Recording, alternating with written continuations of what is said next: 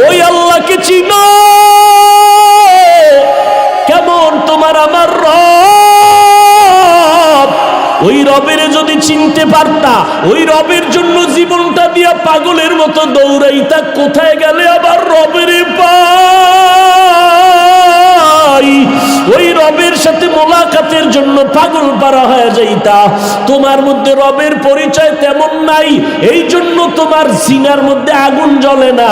আর যেই বান্দার মধ্যে রবের পরিচয় একবার ঢুকলো, ওর সিনার মধ্যে রব পাওয়ার জন্য একটা জ্বলন তৈরি হয়ে গেছে।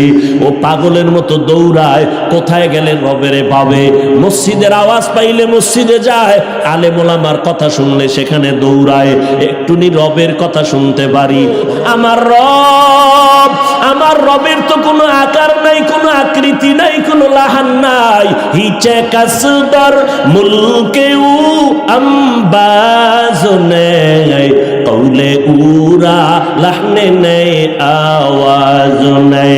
হিচে কাসদর মুলকে উ আম্বাজ নেই কৌলে উরা লাহনে নেই আওয়াজ নেই। আল্লাহর কোনো লাহান নাই, কোনো আওয়াজ নাই, কোনো আকার নাই, কোনো আকৃতি নাই। তো আল্লাহরে কেমনে চিনবা? রবের সাথে মোলাকাত এই জমিনের মধ্যে হবে না। তো রবের জন্য যদি পাগল হও, ওই রবের মোহাব্বতটা যদি অন্তরে ঢুকাইতে চাও, রবের দুনিয়ায় দেখতে পারবা না। তো রবের কিছু নিদর্শন আছে, এগুলো তুমি দেখো আর কলিজারে ঠান্ডা বানাও। রবের নিদর্শন বাইতুল্লাহর ভিতরে চলে যাও, আল্লাহর ঘর। ওই ঘরটার দিকে যতক্ষণ তাকায় থাকবা, আমল নামায় শুধু সওয়াব আর সওয়াব। আমার রবের নিদর্শন, আমার আল্লাহর কালাম কোরআন শরীফটা খুলো, আঙ্গুল টানতে থাকো আর বলো হাযা কালামু রব্বি, এটা আমার রবের কালাম। এটারে বুকে লাগাও, চুমা খাও। এটা এমন একটা কিতাব, তাকাইয়া থাকলে সওয়াব। এই কোরআন ধরবা সওয়াব, এই কোরআন পড়বা সওয়াব, এই কোরআনের আওয়াজ শুনবা তাতেও সওয়াব। এই কোরআনটা সিনায় লাগাবা, বরকত হয়ে যাবে। এই কোরআনের কারণে ঘরটা বরকতপূর্ণ হবে। আপনাদের আশেপাশে বিল্ডিং এর অভাব নাই, তবে একটা বিল্ডিং এর ওই পরিমাণ সম্মান নাই কোরআনের মাদ্রাসার ঘরটার যেই পরিমাণ সম্মান। আল্লাহর কোরআন বুকে লাগাই ওরে মুমিন, এই যে কথা বলতেই হয়, না বলে পারি না। ইমানের ঘর থেকে বারবার ধাক্কা দেয়, কারণ আমার রসুলের যুগে বাতেল ছিল নি। জোরে বলেন, আমার নবী বাতেলের বিরুদ্ধে কথা বলছেননি? কন্যা কেন? অতএব বাতিলের বিরুদ্ধে কথা বলা একদিকে নবীর আদর্শ মতে সুন্নত, অপরদিকে বাতিলের বিরুদ্ধে কথা বলা কোরআনের আইনে ফরজ। কোরআনের আইনে কি? কোন পণ্ডিত যদি কয় হাফেজ ভাই গীবত হয়ে গেল নাকি, গীবত হইলেও সওয়াব। গীবত হইলেও কি হবে? সওয়াব। দলিল লাগবে না? দলিল তোমারে কোন হুজুরে বুঝাইছে যে দলিল ছাড়া মানবা না? আউযুবিল্লাহ পারে না, ইমাম সাহেবের ভুল ধরে আছে না? নাও দলিল নাও। বিসমিল্লাহির রহমানির রহিম। ওয়াইলুল লিকুল্লি হুমাযাতিল লুমাযা আল্লাযী জামাআ মালান ওয়া আদ্দাদা। আসেনি? এই সূরাটার তরজমা পড়ো। কয় কেনার টাকা নাই, মোবাইলের মধ্যে বাসায় গিয়া সার্চ দাও, বাংলা কোরআন লেখা সার্চ দিবা, কোরআন শরীফ চলে আসবে। টাচ করো, ডাউনলোড করে নাও। এরপরে শেষের দিকে ওয়াইলুল লিকুল্লি হুমাযাতিল লুমাযা, সূরা হুমাযাটারে বের করো। এরপরে তুমি দেখবা, ব্যাখ্যা পড়তে থাকো। ওই সূরার মধ্যে বিস্তারিত লেখা আছে কোন কোন কারণে গীবত করা হারাম, কোন কোন কারণে গীবত করা ওয়াজিব, না করলে গুনাহ হবে। ইসলামের ব্যানার লাগাইয়া যারা উম্মতের ঈমান চুরি করে ধোঁকা দেয়, এদের বিরুদ্ধে কথা বলা গীবত হলেও সওয়াব। हकीकत से तू दुनिया बेखबर है, दुनिया की नुमाइश पर नजर है। नमी गुयम के आज दुनिया जुदा बाश, बहर कारे के बाशी बा खुदाबाज। আল্লাহ কয় নিজের দিকে নজর করো, দেখবা রবের পরিচয় চলে আসবে। তাকাইয়া দেখছেন নি পাবনার মানুষ? ভালো করে নজর করেন, তৈলের ফ্যাক্টরি আছে, লবণের ফ্যাক্টরি আছে, দোনোটা আলাদা। লবণের ফ্যাক্টরি থেকে তৈল আসে না, তৈলের ফ্যাক্টরি থেকে কখনো লবণ আসে না, রডের ফ্যাক্টরি থেকে কখনো সিমেন্ট আসে না, সিমেন্টের ফ্যাক্টরি থেকে রড বের হয় না। আর আমার মালিকের চিন্তা করো, আমার আল্লাহ কেমন রব। আম্মা জানের একটা ফ্যাক্টরি বানাইয়া আল্লাহ পাক 5টা সন্তান আমার আম্মা জানকে দান করলেন। আম্মা জানের একই গর্ভের সন্তান, নজর করিয়া দেখ, একই গর্ভের সন্তান, একজনের চেহারার সাথে অন্যের চেহারার কোনো মিল নাই। আছে? রবেরে ভালো কইরা চিনরে বাবা। একই মায়ের সন্তান, 5টা সন্তান, একজনের কণ্ঠের আওয়াজের সাথে অন্যের কণ্ঠের কোনো মিল নাই, চেহারার সাথে মিল নাই, আঙ্গুলের টিপের মধ্যে কোনো মিল নাই। ও আল্লাহর বান্দা, আবার তাকায় দেখো, একই মায়ের সন্তান, 5টা সন্তানের মধ্যে 4টা সন্তান বড় ভালো, একটা সন্তান এমন আছে চোখের পাওয়ার কম, কানে শুনে না, জবান দিয়া কথা বলতে পারে না, প্রতিবন্ধী করে আল্লাহ পাঠাইলেন। আল্লাহ পাক রব্বুল আলামিন বলে, তাকায় দেখ, এগুলো কে করে? কেউ করে না। সব ক্ষমতার পেছনে আমার রব, আমার আল্লাহ। আমার আল্লাহর পরিচয়টা নাও। আবার একজনে কথা বলে ভাল লাগে না, আবার একজন কথা বলে আমিও কথা বলি কণ্ঠ দিয়া, আর এক ভাই কথা বলে কণ্ঠ দিয়া, চেয়ারম্যান সাহেব বক্তব্য দিলেন, তিনিও কণ্ঠ দিয়া দিলেন, কিন্তু মানুষ কয় 2 মিনিটের বেশি দিবেন না। আমি হাফিজুর রহমান বয়ানে বসলাম, আমিও কণ্ঠ দিয়া কথা বলি। আর এক হুজুর বয়ান করতেছেন, বলে হুজুর বয়ান কম হয়ে গেল, গড়ি দইরা দেখি 1.5 ঘন্টা সময় নাই। এরপর মানুষকে আরো 1 ঘন্টা করেন। এই কুদরত কোনো বান্দার না, কোনো বক্তার না, সব আমার আল্লাহ। কার কার? ওই আল্লাহকে চিনো। কেমন তোমার আমার রব? ওই রবের যদি চিনতে পারতা, ওই রবের জন্য জীবনটা দিয়া পাগলের মতো দৌড়াইতা, কোথায় গেলে আবার রবের পাই। ওই রবের সাথে মোলাকাতের জন্য পাগল পারা হয়ে যাইতা। তোমার মধ্যে রবের পরিচয় তেমন নাই, এই জন্য তোমার সিনার মধ্যে আগুন জ্বলে না। আর যেই বান্দার মধ্যে রবের পরিচয় একবার ঢুকলো, ওর সিনার মধ্যে রব পাওয়ার জন্য একটা জ্বলন তৈরি হয়ে গেছে। ও পাগলের মতো দৌড়ায়, কোথায় গেলে রবেরে পাবে।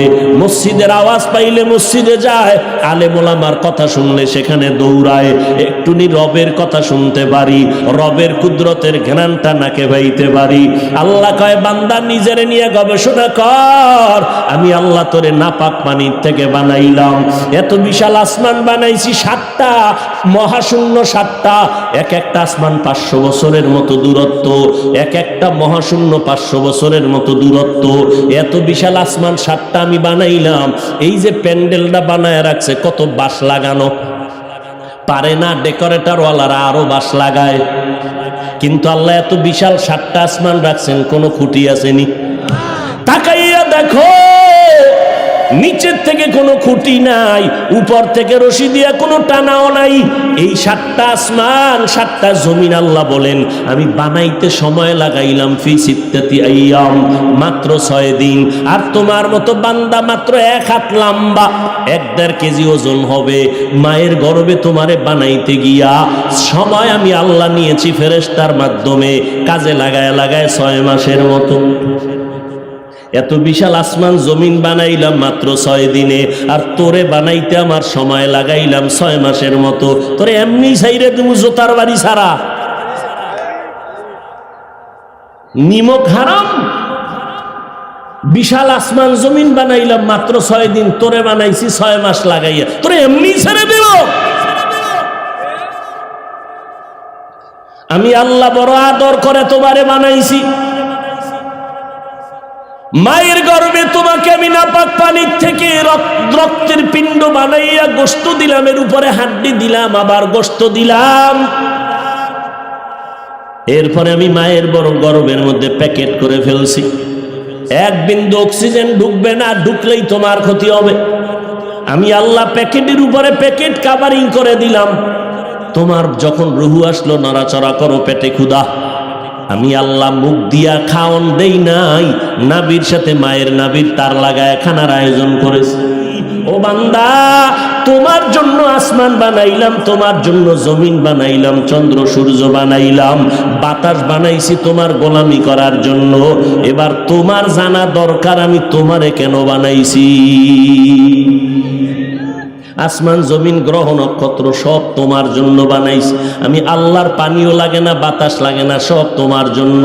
কিন্তু তোমার চিন্তা করা দরকার, আমি আল্লাহ নূরের সৃষ্টি ফেরেশতাকে শ্রেষ্ঠ বানাই নাই, জিনেরে বানাই নাই, মাটির মানুষটারে শ্রেষ্ঠত্বের মর্যাদা দিলাম।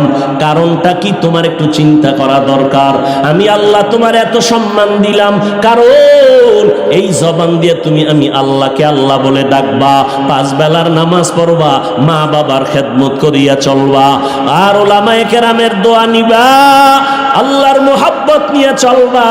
এরে যুবক, ও পর্দার আড়ালের আম্মা জানেরা, ও বৃদ্ধ বাবাজি, কয়দিন আর দুনিয়ায় বাহাদুরি করবারে বাবা।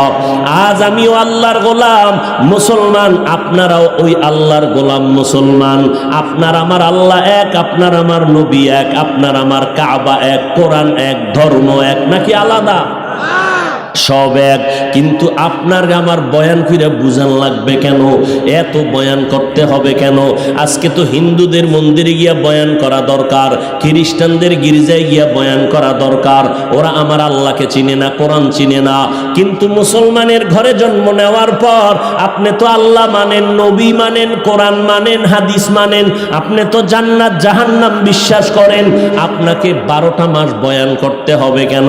হবে কেন বুঝি না।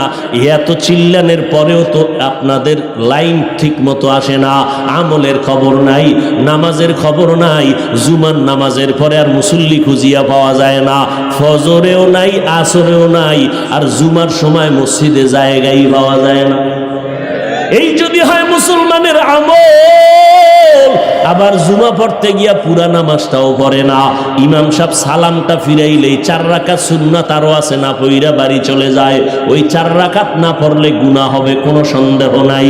ওই 2 রাকাত পইরা 4 রাকাত না পইরা গুনাহ নিয়ে যারা বাড়ি যায়, কপাল পরা ছাড়া কিছুই না রে বাবা। কারণটা কি? 5 ওয়াক্ত নামাজ না পড়ার অভিশাপ। ও আল্লাহর বান্দারা, আজকে আপনাদের এত বুঝানোর পর আমরা তো এই কথা বলি না। স্কুলওয়ালারা স্কুল কলেজ বন্ধ করে মাদ্রাসায় আসো, একবারও বলি নাই। 5 কুল্লি টুপি মাথায় না দিলে গুনাহ হবে, তাও বলি না। তাবলীগ না করলে জাহান্নামে যাবে, তাও বলি নাই। কওমি মাদ্রাসায় লেখাপড়া করেছি, আপনাদেরকে তো কোনো সময় বলি না। কওমি মাদ্রাসায় না পড়লে আপনাদের গুনাহ হবে, জাহান্নামে যাবেন, তাও বলি না।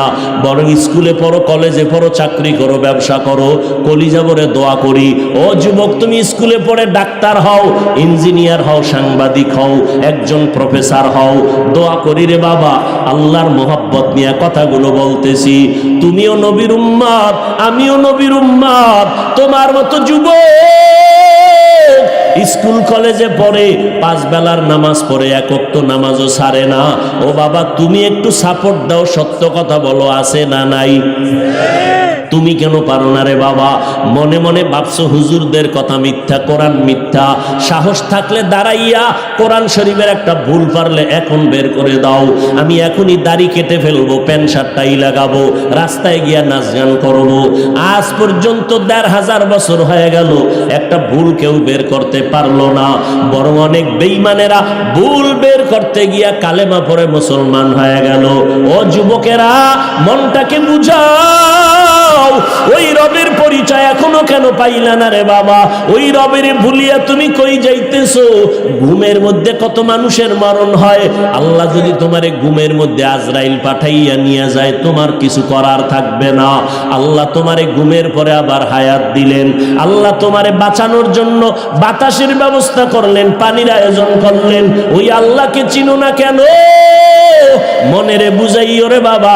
তোমার মতো যুবক জীবনে মাদ্রাসায় পড়ে নাই, জেনারেল লাইনে ভরিয়া, যদি চাকরি করিয়া নামাজ পড়ে, তুমি কেন পারবা না? ও যুবক বাবা, তোমার মতো বান্দা রাস্তায় গাড়ি চালায়, 5 ওয়াক্ত নামাজ পড়ে, তুমি কেন পারবা না? তোমার মতো বান্দা নদীর মধ্যে মাছ ধরিয়াও নামাজ ছাড়ে না, তুমি কেন পারো না? কৃষি কাজ করে, নামাজ ছাড়ে না, তুমি কেন পারো না? ও বৃদ্ধ বাবাজিরা, আপনাদের মতো বুড়া মানুষ মসজিদে গিয়া 5 ওয়াক্ত নামাজ পড়ে, অভাব নাই। আপনি বুড়া হইয়া কেন বলেন আমি পারতেছি না? পর্দার আড়ালের আম্মা জানেরা, আল্লাহ এত সম্মান আপনাদের দান করেছেন, আল্লাহ পাক আপনাদের এত মর্যাদা দান করেছেন, সারাটা রাত বয়ান করলেও শেষ করা যাবে না রে মা। আপনারা নবীদের মায়ের মতো মা, সাহাবায়ে কেরামের মায়ের মতো মা। এই স্টেজে কত ছাত্র কোরআনের হাফেজ পাগড়ি দেওয়া হলো, এদের মা বাবার কলিজা কি পরিমাণ খুশি হয়ে গেল। এরা হাফেজে কোরআনের মা বাবা হয়ে গেলেন।